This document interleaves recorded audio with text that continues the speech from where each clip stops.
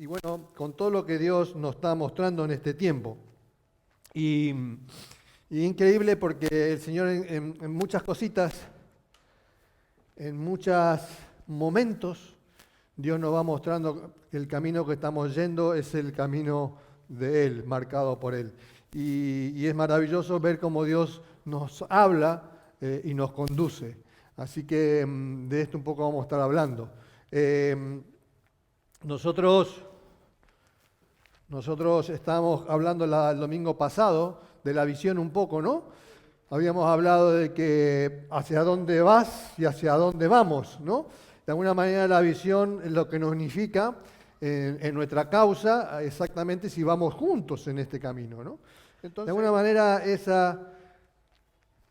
todas las iglesias más o menos tenemos una visión similar, parecida, y la causa es Jesucristo. Amén. Miren, el tema de hoy el título es Dar a Dios lo que es de Dios.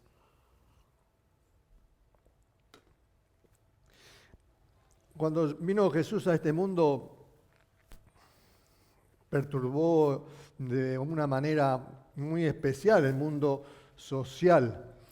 Ya de chiquito ya él impactaba, ya él de pequeño, dice que en la sinagoga él enseñaba y su sabiduría maravillaba a los que lo escuchaban. Y de alguna manera ya como una persona que nadie conocía, que de un lugar donde no esperaban a alguien especial, no veían en Jesús en una persona especialmente enviada por Dios. Sin embargo, él todo donde iba, él marcaba diferencia en su forma de ser, en su forma de transmitir, de hablar y de amar. De alguna manera, él perturbó porque un hijo de Dios donde va, confronta. O deberíamos confrontar. Salvo que seamos transigentes y vivamos de acuerdo como viven los demás. Pero un hijo de Dios, vaya donde vaya, tiene que confrontar las ideas de otros que no viven los principios cristianos o los principios de Dios. En este caso, Jesús estaba en un mundo donde el mundo religioso estaba en contra de él. No aceptaban a él por lo que él pregonaba y predicaba. Y esta sociedad religiosa de alguna manera era muy rígida, sectaria, no permitía que todo lo que él enseñaba pudieran persuadirlos. Y encima de eso, ellos iban en contra de él, iban y buscaban la manera de destruirlo. Pero Jesús era una persona simple, una persona común, sencilla, con mucho coraje, porque era un mundo donde, hablando de Dios, y se encuentra con los religiosos que estaban en contra de él, él sin embargo tenía coraje para decir lo que tenía que decir y que era la verdad. A veces a nosotros nos cuesta mucho decir la verdad o hablar del Señor, porque incluso a veces pensamos que no es nuestra verdad y es más fácil acomodarnos a la verdad de otros.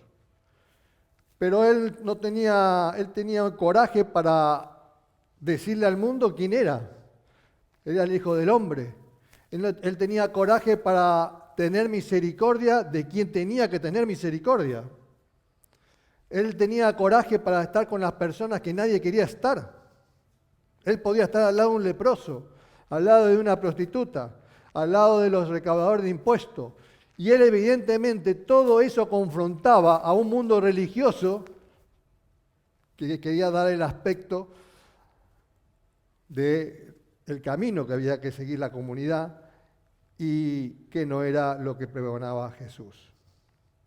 Por eso ellos trataban de muchas maneras, el problema que tenían los religiosos de la época, que el pueblo seguía a Jesús. Donde iba Jesús, el pueblo lo seguía y le escuchaban a él. Y entonces, claro, tenían el dilema de que lo querían de alguna manera hacer caer, buscaban la manera de que él tenga algún renuncio para entregarlo a los romanos y que se encarguen de él.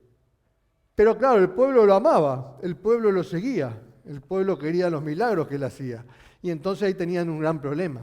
Y buscaban la manera de acecharlo, como decía la palabra, ¿no? También vivía en un mundo donde los romanos, y estaba a la época del emperador Tiberio, nadie desafiaba a Roma. O sea, era un momento muy complicado para el mundo judío, el pueblo de Dios. Vamos a leer el pasaje de Lucas 20. Vamos a leer los corridos para después, como siempre, lo estudiamos. Lucas 20, 19 al 26 dice lo siguiente. Procuraban los principales sacerdotes y los escribas echarle mano en aquella hora, porque comprendieron que contra ellos había dicho esta parábola. Pero temieron al pueblo, y acechándole, y enviaron espías que se simulasen justos, a fin de sorprenderle en alguna palabra, para entregarle al poder y autoridad del gobernador. Y le preguntaron, diciendo, Maestro, sabemos que dices y enseñas rectamente, y que no haces acepción de persona, sino que enseñas el camino de Dios con verdad. ¿Nos es lícito dar tributo a César o no? Mas él, comprendiendo la astucia de ellos, les dijo, ¿por qué me tentáis? Mostradme la moneda. ¿De quién tiene la imagen y la inscripción? Y respondiendo dijeron, de César. Entonces les dijo, pues dad a César lo que es de César y a Dios lo que es de Dios. Y no pudieron sorprenderle en palabra alguna delante del pueblo, sino que maravillados de su respuesta, callaron. Oremos. Padre amado, te damos gracias, Señor. Te damos gracias primero por cuál es el sentimiento tuyo para con todos nosotros y para con todo este mundo, Señor. Que tú no desechas a ninguna persona, Señor.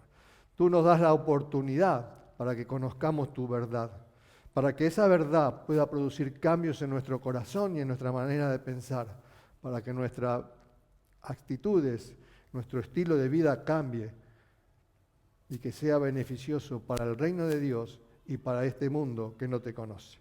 En el nombre de Jesús. Amén. Vamos allá. Lo primero que vemos aquí es que Jesús confrontaba a los religiosos y que eran los rígidos. Ellos no querían salir de lo que ellos creían como verdad y ellos no querían salir de su creencia y no estimaban las palabras y la enseñanza de Jesús como una posibilidad de cambio. Uno puede decir, bueno, este era el mundo religioso de esa época, pero también ocurre hoy en día que nos pasa a nosotros como iglesia y ocurre en este mundo que no acepta a Jesús como ese agente de cambio para nuestras vidas. Entonces, evidentemente, era una lucha importante porque cuando nosotros estamos aferrados a nuestro conocimiento o a nuestra creencia, no le damos parte y lugar para recibir otra verdad o la verdad. Indudablemente, si nosotros tenemos la verdad, es como andaba Jesús, andaba con una seguridad y una convicción por donde caminaba, que él no tenía miedo a nada, por eso tenía un gran coraje. Él sabía de dónde vino y sabía dónde iba. Y evidentemente esa seguridad de estar con la verdad te hace caminar, pero con un respeto y con amor para con todos. Cosa que otros que dicen que tienen la verdad no caminan de esa manera y con el respeto y el amor al prójimo. Ahora, sí es cierto que Jesús aprovechaba los momentos que tenía en el tiempo breve, que de alguna manera estuvo 3 años su ministerio, donde él todo lo que tenía que decir tenía que dejar sentado un precedente, un principio donde le sirva a las personas que escuchaban lo que él enseñaba, tenía que dejar bien claro la enseñanza. Y él hablaba, y ustedes saben que hablaba y enseñaba con parábolas, ¿no es cierto? Pero básicamente, y le quiero dejar esto, confrontar, porque él estaba confrontando con su enseñanza, confrontar no es desechar. Por ahí puse una frase Confrontar no es desechar, es una oportunidad de cambio. Nosotros como pastores nos toca a veces decir y confrontar a algunos, sobre todo a los servidores, los líderes, los que están trabajando, los que son parte del ministerio con nosotros, que sin ellos nosotros no podríamos tampoco subsistir. Y nos damos cuenta que a veces cuando tienes que confrontar las emociones y la respuesta del individuo hace que no quiera recibir la confrontación. Y entonces las emociones nos muestran de distintas maneras, reaccionamos de distinta manera a la confrontación.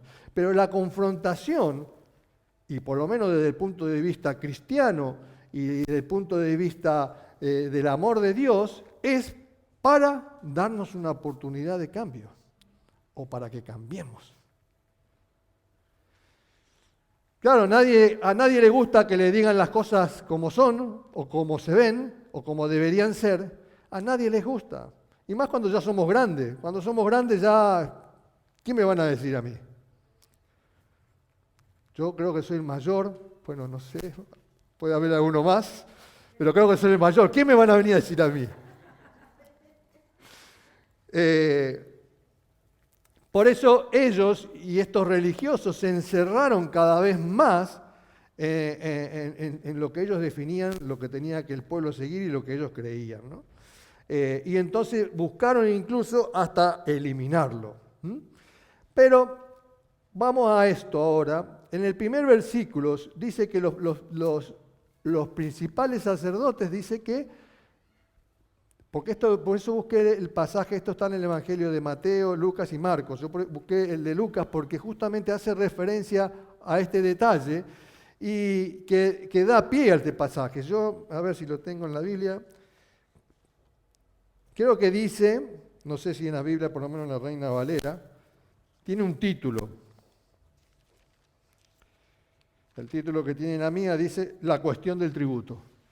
No es palabra de Dios, sino es un título humano y en cada Biblia suele tener a veces un título parecido o similar, pero no el mismo. Pero dice la cuestión del tributo.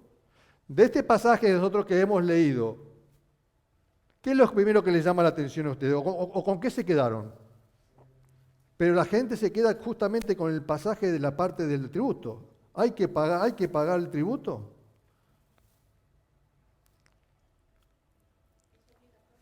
¿Es obligatorio? ¿Es lícito pagarlo? Y básicamente es eso, pero acá hay varias enseñanzas que vamos a rozarlas para dar la enseñanza con respecto al título, que para mí es la principal, y que también era la principal para el Señor.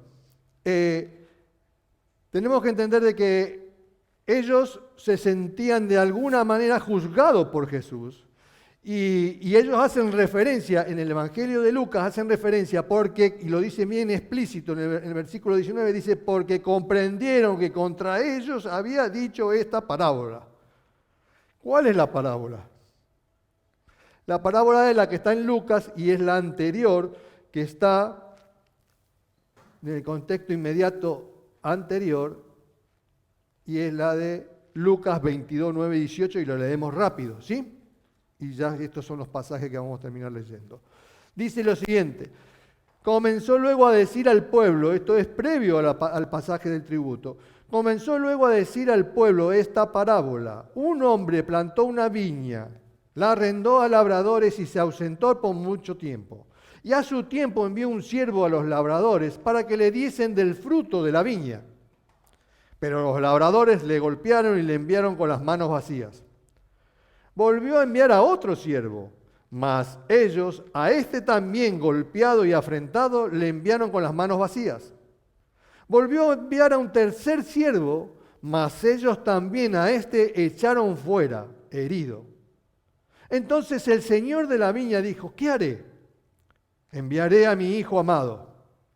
Quizás cuando le vean a él le tendrán respeto. Mas los labradores al verle discutían entre sí diciendo, este es el heredero, venid, matémosle para que la heredad sea nuestra. Y le echaron fuera de la viña y le mataron. ¿Qué pues le hará el señor de la viña? Vendrá y destruirá a estos labradores y dará su viña a otros. Cuando ellos oyeron esto, dijeron, Dios nos libre. Pero claro, Jesús lo empezó a mirar, le dice, ¿pero qué?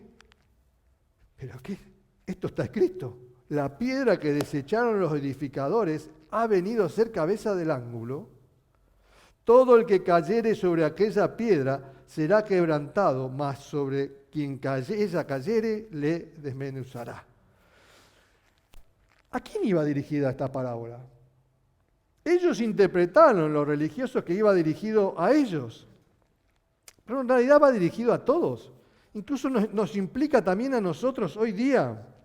De cómo vemos nosotros el reino de Dios y cómo vemos nosotros nuestra estadía en este mundo. Nosotros parece que somos dueños de no sé qué, pero en este mundo nosotros estamos donde Dios quiso que estuviéramos. Gloria a Dios que estamos en España. Entonces cuando yo veo esta parábola, de alguna manera vemos que estos religiosos se la tomaron contra ellos. O sea, este está hablando de nosotros. Pero en realidad es para todos. ¿Qué hacemos nosotros en este mundo? ¿Cuál es el sentido de la parábola? ¿Con qué se quedan ustedes de esta parábola? A ver, ¿quién es el personaje principal de esta parábola?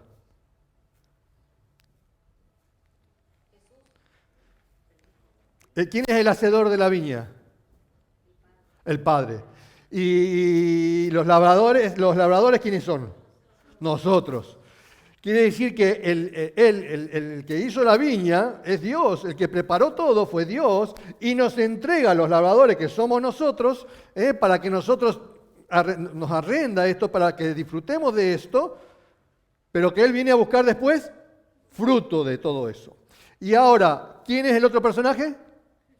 El Hijo que es nuestro Señor Jesucristo. Y ese hijo no es bien recibido, no lo reciben porque piensan en qué, en sus intereses, y piensan que lo que ya es de ellos y solamente de ellos y no quieren dar nada. ¿No les parece que también nos habla a todos? A veces pensamos que en la vida todo lo que tenemos es nuestro, todo lo que tengo me lo gané. Todo lo que tengo es mi esfuerzo, y muchos se jactan de eso cuando decimos todo fue por mi esfuerzo, porque hay otros que no tienen pero no se han esforzado como yo. Y no necesariamente es así. Entonces, evidentemente, estos religiosos se vieron acusados y se vieron que esta parábola fue dirigida solamente para ellos. Y por ese motivo ellos se sintieron incómodos, confrontados por esta parábola y esta enseñanza de Jesús. Se sintieron confrontados y ellos no querían más de esto. Ellos ya no querían que Jesús siga con la historia y siempre hablando de nosotros. Y entonces buscan el plan para poder que tenga el desliz y la respuesta a una pregunta incorrecta. Entonces, ustedes tienen que entender de que estas últimas semanas de Jesús él estaba sometido a un gran estrés, él estaba sometido lo estaban acechando. ¿Ustedes qué piensan para qué estaba Jesús? Me queda poco tiempo. Quiere decir lo mejor y quiere decir las últimas palabras y él quiere decir todo lo que tiene para decir porque ya queda poco. Y se encuentra que encima hay personas que lo están acechando y que no quieren que él sea el que siga diciendo las enseñanzas y que van en contra de él, pero él también tiene una disyuntiva. La disyuntiva que tiene que estas personas que están en contra de él, tampoco él quiere que se pierdan. Miren, Jesús, hasta a pesar de que esta gente lo estaba atacando, como en este momento lo estaban atacando con el pasaje del tributo, él todavía estaba de servicio. Él sabía que le quedaban poco tiempo, pocos días para morir, y él podía decir, bueno, déjenme en paz un poquito. ¿No diríamos eso nosotros? Quiero morir en paz. Hasta el último momento me van a hacer la vida imposible. Muchos de nosotros y familiarmente tenemos situaciones de este tipo donde a veces porque nos queda ya la última, déjenme en paz y ya está, quiero morir tranquilo. Sin embargo, Jesús estaba hasta el último momento viviendo que le estaban en contra, y había gente que le buscaba porque anhelaba lo que él enseñaba y lo que él brindaba, y estaban los otros que no querían saber nada de él. Y Jesús tenía tiempo para todos, porque Jesús hasta la mismísima cruz, él estaba en servicio. ¿Vieron como las películas de los policías que le dicen, ¿quieren una copa? Estoy en servicio. Jesús estaba siempre en servicio. Jesús estaba siempre en servicio. Hasta en la cruz, colgado en la cruz, estaba sirviendo. Y estaba pensando en los demás. Pensaba en los que estaban abajo. Pensaba en el ladrón que tenía al lado colgado con él. En Mateo 22:15, en este primer versículo dice que entonces se fueron los fariseos y consultaron cómo sorprenderle en alguna palabra. Y le enviaron los discípulos de ellos con los herodianos. Por eso le dije, este pasaje está también en Mateo, Marcos. El tema es que los religiosos se juntaron, tanto los fariseos como los saduceos, los escribas. No había unidad en ellos, eran contrarios, eran opuestos.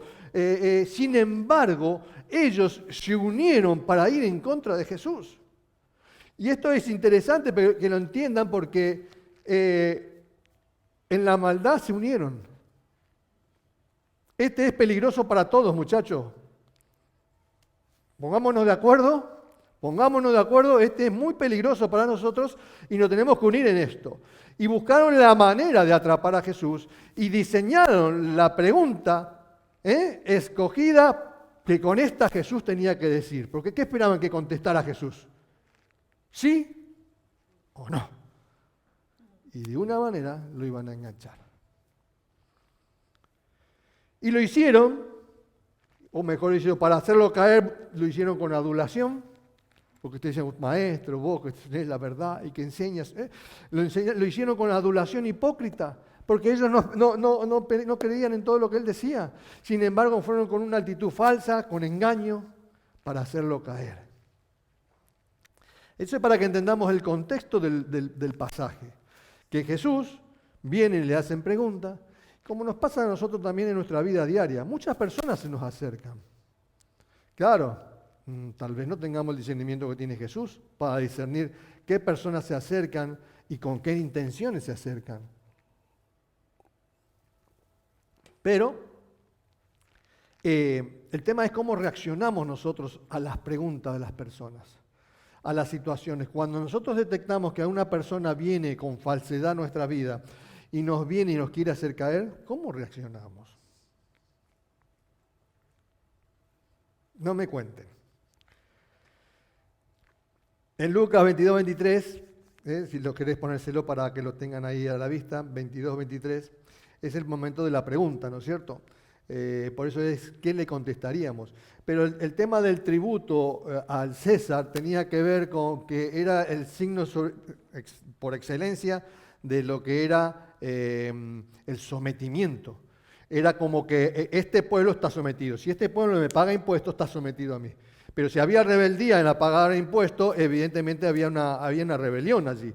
Pero si el pueblo venía bien, tranquilito y tributaba sin ningún problema, la cosa estaba tranquila y estaban bajo mi dominio. De alguna manera expresaba eso.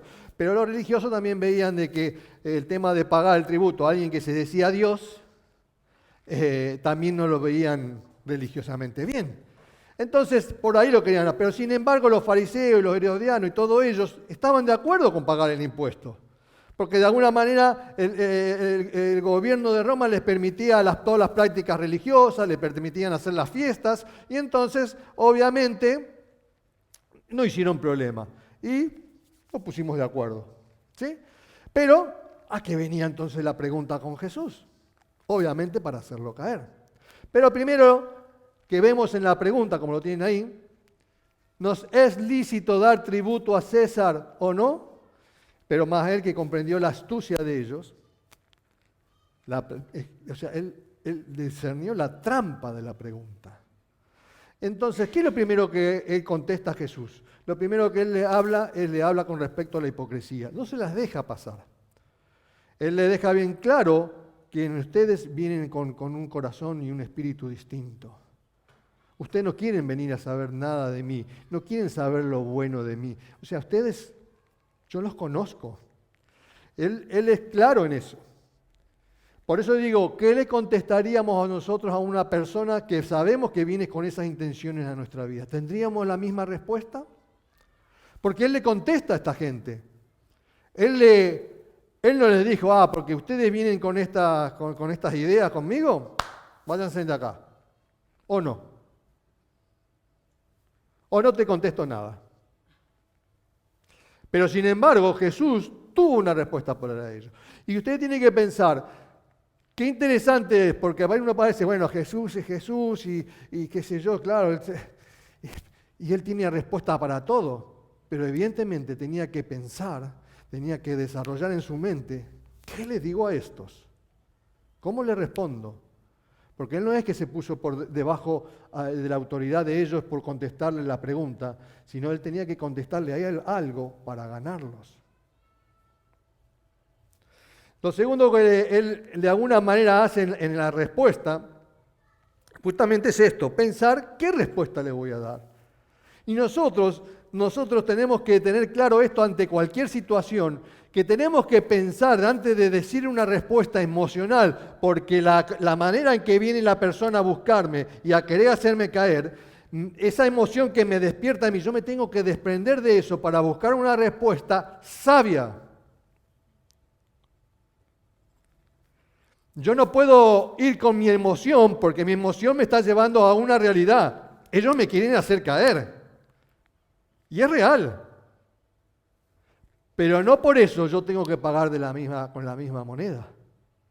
Entonces yo tengo que pensar, discernir en mi corazón y en mi mente cuál es la respuesta que yo tengo que dar en cualquier circunstancia similar. Y Jesús de alguna manera nos marca esto y nos enseña. Cuando nosotros estamos sometidos a este estrés en alguna situación de trabajo, a veces, ¿qué nos pasa? Cuando nos agarran con una pregunta y que modifica algo que no esperábamos. ¿Cómo nos ponemos? Nerviosos, tensos, empezamos a temblar, nos transpiran las manos. Cuando nos agarra el profesor y nos dice, nos agarran algo, te estabas copiando, te vi, y bueno, te empiezan a temblar las manos, te transpiran, ¿no? y querés hablar y te late el corazón. ¿No? ¿No lo hemos vivido? Y entonces, ¿cómo reaccionamos generalmente?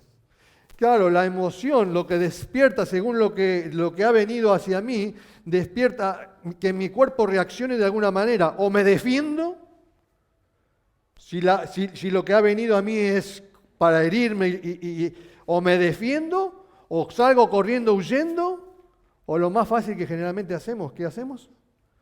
Empezamos a mentir. Y reaccionamos de una manera emocional a un ataque de personas que no quieren lo mejor para uno. Pero yo, ¿cómo tengo que terminar la relación? Por eso es lo importante de todo esto. Y arrancamos con visión de iglesia. Arrancamos con qué es lo que quiere Dios para la iglesia. Y a esto vamos a ir al final. Por eso, cuando estamos acorralados en Argentina, no sé si Cecilia la conocía, había una publicidad de una infusión de té que siempre decía, tómate 5 minutos y tómate un té. Y se tomaba un té. Entonces es como que decir, tomate 5 minutos, es como que, tranquilo, tranquilízate, 5 minutos, te tomás un té y ya estás tranquilo como para tomar la decisión. No decidas ahora, ¿no? Y esa era una publicidad en Argentina de un té. Tenemos que pensar, discernir el ambiente, tenemos que discernir las personas que estaban, tenemos que discernir quién más está en ese lugar, discernir el tiempo, la emoción que me está moviendo, si es una emoción de enojo, de bronca, y esto los quiero matar, pero es siempre lo mismo. Tengo que discernir todo eso, en mi mente tengo que desarrollar esa capacidad de que tengo que pensar, porque Dios quiere que pensemos. Dios no es que no quiere que pensemos y que hagamos las cosas como robotitos. No, quiere que pensemos y que tomemos la decisión adecuada. La decisión adecuada justamente es la verdad de Dios. Pero que lo hagamos voluntariamente y después del análisis que hacemos, no, esto sí. Todo eso estaba pasando en la mente de Jesús allí en esos segundos y en ese momento donde estaba rodeado de mucha gente y había mucha presión porque si no contesta porque no contesta y si contesta porque contesta. Y le pide la moneda, por ahí está la moneda como era, por lo menos una imagen. Ese era el denario, ¿no? Era la época de Tiberio. Dice Tiberio, César, bueno, creo que dice eso, y Dios, pero claro, eso está abreviado, ¿no? Tiberio, César, acá en este costadito, y Dios. Tiberio, César y Dios. Claro, este emperador, ellos se creían Dios, querían ser Dios. Y estaba impregnado ahí, impreso en la moneda, en el metal. Muy distinto a Jesús, porque Jesús hablaba de un reino totalmente distinto, no desde la opulencia militar, sino desde el amor. Era toda una historia y una confrontación ahora en este momento de lo que él iba a responder, de dos gobiernos totalmente distintos.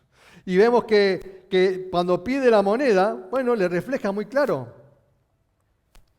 Y también les hace ver a ellos, y también nos hace ver hoy en día, que nosotros... ¿Quién tiene un billete? No. Nadie, no me lo van a dar. ¿Quién tiene uno de 50? ¿Qué dice en el billete? No quiero... Banco de España o Gobierno de España, no sé, estoy seguro que algo de eso debe decir. Evidentemente, entonces, eso tiene que volver. Y ese dinero vuelve de alguna manera. Claro, el Estado, ¿cómo lo hace? A través de los impuestos. Pero primero, antes de dar beneficios, primero cobra los impuestos. Primero cobra los impuestos y después da la retribución, ¿no? de beneficios sociales, que jubilación, que la salud, la educación. Pero primero cobramos el impuesto. Pero Jesús no tenía problema con eso. Porque eso no era lo principal. Eso no era lo principal. Pero cuando él le dice, dar al César lo que es de César, él no se pone en contra del gobierno de Roma y tampoco se pone en un plan donde falta el respeto, ni le dice al pueblo, no hagan caso, o se puso en un plan contrario a Roma. Pero no lo hizo por temor. Porque hoy en día nosotros también tenemos que respetar a los gobiernos, aunque no sean los gobiernos de nuestro partido político. Pero estamos acostumbrados a que acá no se respeta a nadie, ni los mismos políticos se respetan, ni los mismos políticos mantienen la excelencia contra un presidente, el que sea, mantienen la excelencia del que es presidente. Y eso nos lleva a un tema de educación, y evidentemente si esto no respetan, ¿yo qué voy a respetar? Y así seguimos todos, y así es la cadena. Si esto no se respetan, ¿yo qué voy a respetar? Y entonces Jesús, la primera parte de la respuesta es bien clara con lo que ellos estaban preguntando. Le contesta sobre lo que ellos preguntan. ¿Qué hacemos con el tributo? Lo que es del César, viejo, hay que dar al César. ¿Por qué nosotros no tenemos problema con pagar los impuestos? Porque cuando tenemos que pagar impuestos, aunque no nos guste y no estemos de acuerdo, ¿qué hacemos? De algún lado vamos a sacar y lo vamos a pagar. No sé, lo vamos a pagar. ¿Por qué qué? ¿Por qué qué? Porque después la renta, cuando venga la renta, de alguna manera me la van a sacar igual. Ahora hasta la multa de tráfico te la embargan. O sea que si vos decís, no quiero pagar, no podés hacer nada, te la chuparon de la cuenta. Se acabó. Pero claro, cuando es lo de Dios, ¿qué pasa con lo de Dios? Pero cuando llega lo de Dios, nosotros parece que, no sé, nos da lo mismo. Y entonces Jesús cuando dice, dar al César lo que es del César, termina de contestar la respuesta con esta otra parte. Dar a Dios lo que es de Dios. Quiere decir de que primero están diciendo, acá hay un gobierno romano, y acá hay otro gobierno que ustedes no están haciendo caso, que ustedes no están respondiendo, y ustedes no le están dando lo que le tienen que dar. La confrontación es, por eso dice, no es solo a los religiosos, es a todos. Y entonces, es claro que dice, los religiosos estaban confrontados por la parábola anterior, ellos se veían confrontados con eso. Pero esta enseñanza de dar a Dios lo que es de Dios es para todos. Es para todos. Pero claro, de alguna manera también nos dice que nosotros, los gobiernos, yo con el gobierno de Roma no tengo nada que ver. Ustedes lo cobran impuestos y bueno, hay que dar al César lo que es de César y qué punto. Pero ellos son responsables. De alguna manera están, pero ellos son responsables de las decisiones que toman. Pero hay un gobierno que es el de Dios, y al de Dios hay que darle todo. O mejor dicho, lo que es de Dios.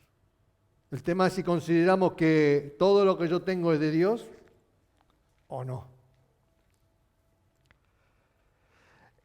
Jesús está estableciendo de que hay otro gobierno aparte del de Roma. Fíjense el coraje que tuvo Jesús, porque Jesús no tuvo miedo. Bueno, por lo menos no se puso en contra de Roma y Roma no le podía decir nada, ni lo podía meter preso, porque ¿cuál era el problema de Jesús? El problema entre comillas. Jesús no tenía que morir ahí. Si él lo tomaban y trataban de liquidarlo de alguna manera, no era el tiempo. ¿Cuándo tenía que morir Jesús?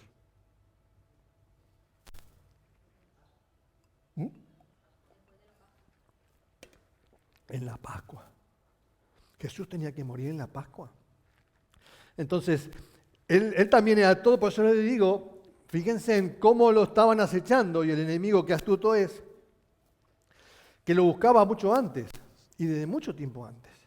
Y Jesús tenía que estar muy atento a todo esto. Y en la vida tenemos que estar atentos siempre. Siempre tenemos que estar atentos. Por eso Jesús define que hay un gobierno y que es mayor y que es eterno y que no tiene que ver con impuestos, pero sí que hay una obligación que nosotros ¿qué tenemos que hacer con el gobierno de Dios? Dar lo que es de Dios. Dar a Dios lo que es de Dios. Y ahora vamos a ver qué es lo de Dios, ¿no? Pero antes de eso es la otra parte. Él rompió de alguna manera la rigidez de las personas. Muchas personas le seguían, pero le seguían y tenían todavía una rigidez de conceptos que les costaba cambiar. Los religiosos, algunos sabemos que fueron persuadidos. Nicodemo, también andaba por allí José de Arimatea. En el final, ellos al principio buscaban del Señor en la oscuridad, en la noche, buscaban y de alguna manera ya estaban permeando al Señor, pero sus enseñanzas y tradiciones eran muy fuertes, que les llevó un tiempo de proceso para terminar de cambiar su manera de pensar y para entender al final de quién era Jesús. Pero Dios no tiene problema con eso. Dios no tiene problema que vos te tomes un tiempo en el proceso de entender todo esto, si es que estás en ese proceso. O estás en un proceso de solamente negatividad, de solamente oposición. Muchos de nosotros nos ponemos en oposición y no queremos saber nada. Vos decís Jesús en algún lugar y te das cuenta que ya hay oposición. Hay gente que ya no quiere saber nada y no quiere hablar nada. Entonces, ahí sí hay un problema. Pero Jesús no tiene problema con aquellos que están escuchando. A ver, pero ¿cómo es esto? Ajá, pero nosotros hacemos esto. Ajá. Pero tu mente empieza a discernir y a decir, esto se ajusta a la verdad, esto es lo que nos enseñaban nuestros padres allá, esto vinimos de toda la cultura que tenemos nosotros de Israel, del desierto, de Egipto, esto se ajusta a la verdad. Y entonces, claro, cuando vos empezás a ajustar y a pensar, ya es tu decisión y tu voluntariedad en aceptar y dejar entrar a Cristo en tu corazón. Pero claro, los radicales Y si lo miramos políticamente hoy, los radicales tienen que creen que las cosas son así, se acabó. No quieren cambiar. Ustedes ven los partidos de extremos que hay acá en España y en otros países, son extremos y no cambian, esto es así, y no hay otra historia. No hay manera de negociar, por eso no solo los radicales, sino todos los partidos no se pueden poner de acuerdo. Porque cada uno no quiere ceder en lo que cree que es lo bueno para España. No eran capaces, esa rigidez no les permitía a ellos ni siquiera ver las maravillas de los milagros que hacía Jesús. No les permitía ver y decir, qué maravilloso, yo quisiera ser amigo de él. Pero no les despertaba nada. La rigidez es el cáncer del alma, porque cuando nosotros, por eso la humildad de las personas está en que si yo estoy viviendo un tiempo difícil, no tengo que buscar de mi sabiduría, tengo que tener un corazón de aprendiz, un corazón que me permita decir, algo no he hecho bien, tengo que aprender. La torta no me salió bien, tengo que aprender cómo es. Voy a la receta, voy a buscar donde está el manual, porque algo no he hecho bien, porque tenía que haber salido bien, pero no salió bien. Y tengo que hacer una mirada introspectiva en mi corazón y decir qué cosas he hecho mal. Pero generalmente cuando nos ponemos rígidos, creemos que todo lo hacemos bien, nos volvemos soberbios y creemos que todo lo que está en lo nuestro es verdad y que nadie... Y así nos va. Mira, algunos datos. Jesús quería formar personas libres, dispuestas a aprender, porque el que está dispuesto a aprender tiene esperanza. El que no está dispuesto a aprender porque piensa que su verdad es la única, puede parecer que tiene esperanza, pero no tiene esperanza. Porque está solamente en lo de ellos. Pero vos que estás en la búsqueda de aprender, de querer, a ver cómo es esto, tenés esperanza. Vas a buscar un libro porque en ese libro hay una verdad que no sabías. A ver cómo es. Tenés esperanza de descubrir algo bueno. A lo mejor no, pero hay una esperanza de descubrir algo bueno. El que tiene el corazón de aprendiz tiene esperanza. El que no, no. De alguna manera Jesús tenía que romper barreras en el corazón y en la mente de todos los que estaban allí, no solamente de los que lo seguían, que algunos lo seguían por los panes y los peces, pero estaban los religiosos que lo querían eliminar, ¿no? Él tenía que tener una visión de todo lo que él enseñaba, iba dirigido a muchas personas. Iba dirigida a muchas personas. Y en esas enseñanzas uno dice, bueno, pero esto, la verdad, esto, ¿quién lo entiende? Y a veces no es cuestión de entender, solamente es cuestión de creer, de aceptar y que la obra del Espíritu Santo haga que esa palabra se haga carne en nuestra vida. La rigidez hace que nosotros nos cerremos.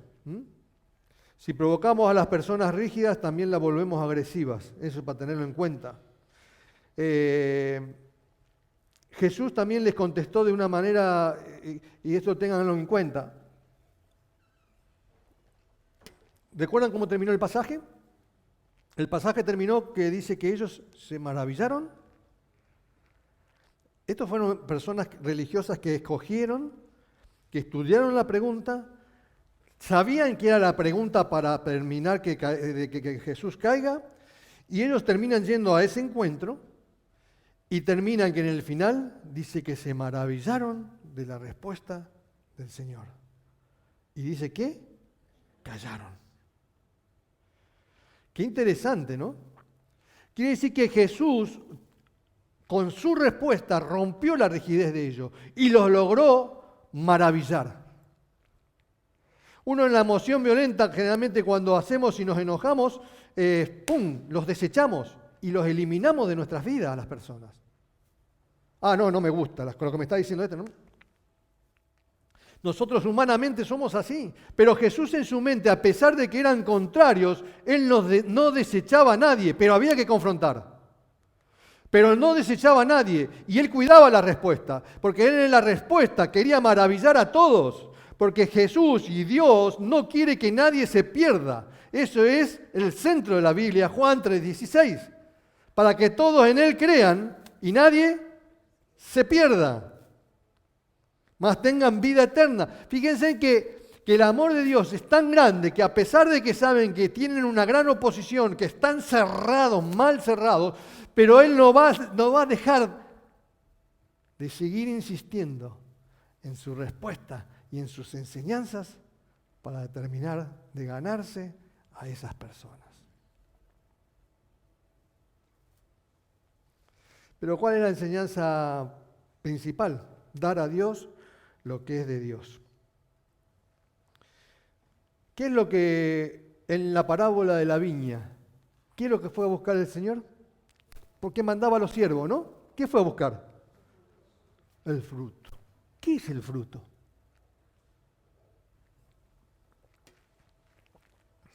Porque en realidad les dio una viña, es una parábola obviamente, les dio una viña, supuestamente uvas, que el fruto que iba a buscar el Señor, ¿qué fruto? ¿Era la uva? ¿De ese fruto está hablando? Entonces tenemos que entender de que el Señor, hay algo del Señor que Él está demandando de eso. Dios necesita de la uva. Dios necesita del dinero que nosotros traemos para la ofrenda y el diezmo.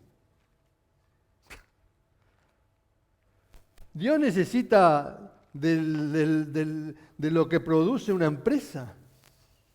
¿De qué fruto habla? ¿Cuáles son las cosas de Dios en realidad? Fíjense que Dios, el Señor, resume todas las leyes en ¿cuántas? En dos. ¿Y de qué tratan las dos leyes? Amar. Trata de amar. Y trata de amar a Dios con toda la mente, y de amar al prójimo. Fíjense que, ¿qué es lo que viene a buscar Dios entonces? Yo que te di todo, yo que te di la viña, yo que te di la empresa, yo que te di la clínica, yo que te di el almacén, yo que te di Mercadona, yo que te di todo esto para que vos tengas. Yo vengo a buscar fruto ahora, porque el Señor no es que te da por dar, Él quiere fruto. Él quiere algo que es de Él. Esto tiene que terminar en Él. Todo lo que comienza en Dios. Y todo lo que termina tiene que terminar en Dios.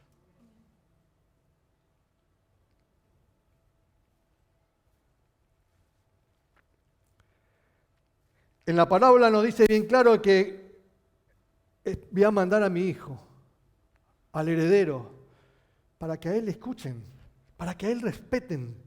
Y nadie le respetaba. Y lo mataron. Estaba hablando de Jesús, anticipando lo que iba a pasar. Y evidentemente eso hacemos nosotros con nuestra vida hoy. No lo matamos porque ya murió en la cruz, pero con nuestros actos sí lo estamos haciendo. Porque no respetamos las enseñanzas, porque no escuchamos su enseñanza, porque no las aceptamos, ni siquiera las pensamos para ver si tiene razón, y si entendemos la enseñanza después no la hacemos. O sea, hay muchas maneras en las cuales nosotros estamos matando lo que Dios quiere que hagamos. Y Él dice bien claro, y dad a Dios lo que es de Dios. Le está diciendo a todo el mundo que no le están dando a Dios. ¿Por qué le dice a usted? Porque si no, no es como que estuvieran dando. Tenemos que dar a Dios lo que es de Dios. Hay gente que no le está dando a Dios lo que es de Dios. Miren, para terminar, yo quiero terminar con una canción, con un tema. El diseño original. Dios nos permitió, ¿sí?, disfrutar de todo, ¿no? El diseño original en el Edén, Todo era para Adán, ¿no? Y Eva, tenía para disfrutar todo, ¿sí? Y beneficiarnos de ello. Ahora, también había una demanda, había un mandato que nosotros no podíamos hacer. Perfecto. Pero ese mandato no impedía que yo viva en plenitud, porque tenía todo lo demás. Solo algo no había que yo podía hacer. Pero, tercer punto dice, al decidir aceptar la tentación que tuve yo de no o mejor dicho, la tentación de querer saber algo más, de querer algo más en la vida, me lleva a mí a vivir y a tomar una decisión que me costó todo.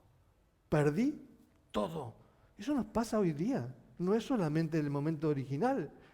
Dice, pero Dios nos vuelve a rescatar y nos reconcilia con Él para volvernos a darnos todo. El padre con el hijo pródigo lo esperaba y volvió a restituir todo. Pero que se acaban las demandas. ¿Se acaban las demandas de Dios? Dios siempre va a estar demandando fruto. Ahora, por eso nosotros tenemos que salir de nuestra rigidez intelectual, porque tenemos que entender que nosotros somos bendecidos para ser de bendición. A veces pensamos que hoy todo lo que yo recibo me agarro a ello y me aferro a ello. Yo no me tengo que aferrar a la viña. Yo me tengo que aferrar al hacedor de la viña, porque Él la hizo. Me tengo que aferrar a Él. Él es el genio de todo esto. Y no yo que la estoy usufructuando. Y vivimos una vida con una soberbia, creyendo que es por nosotros que nos va bien, o porque ahora me va bien, no doy lo que tengo que dar a Dios. No aferrarme a lo que me da.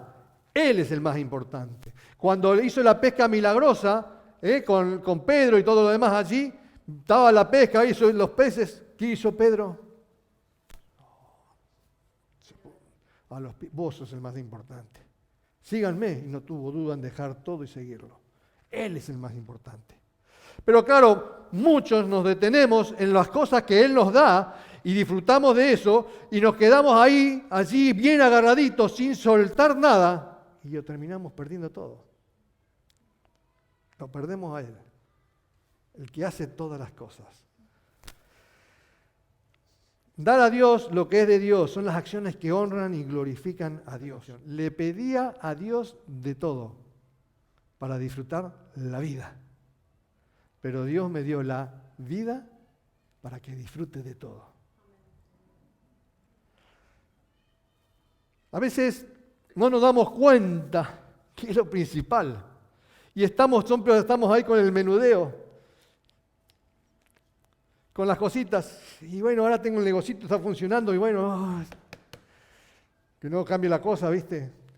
Pero todo cambia. El que no cambia es Él.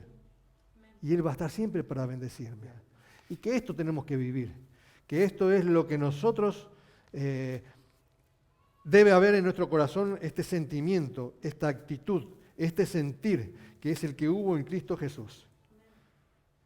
Que no se aferró a nada, que se despojó de todo. Todo empezó en el corazón de Dios.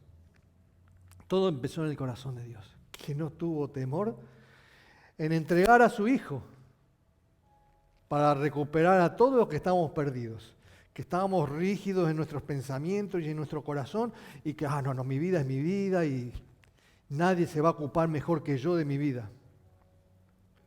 Pero Él, a pesar de eso, todo eso y de toda la oposición que Él tuvo, Él envió a su Hijo. Por eso dice, aquel que no escatimó ni a su propio Hijo, sino que lo entregó por todos nosotros, ¿cómo con Él no nos dará todas las cosas?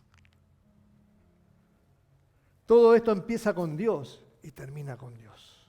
Si yo corto la cadena, no vuelve a Dios. Y Dios está esperando que ese círculo se cierre.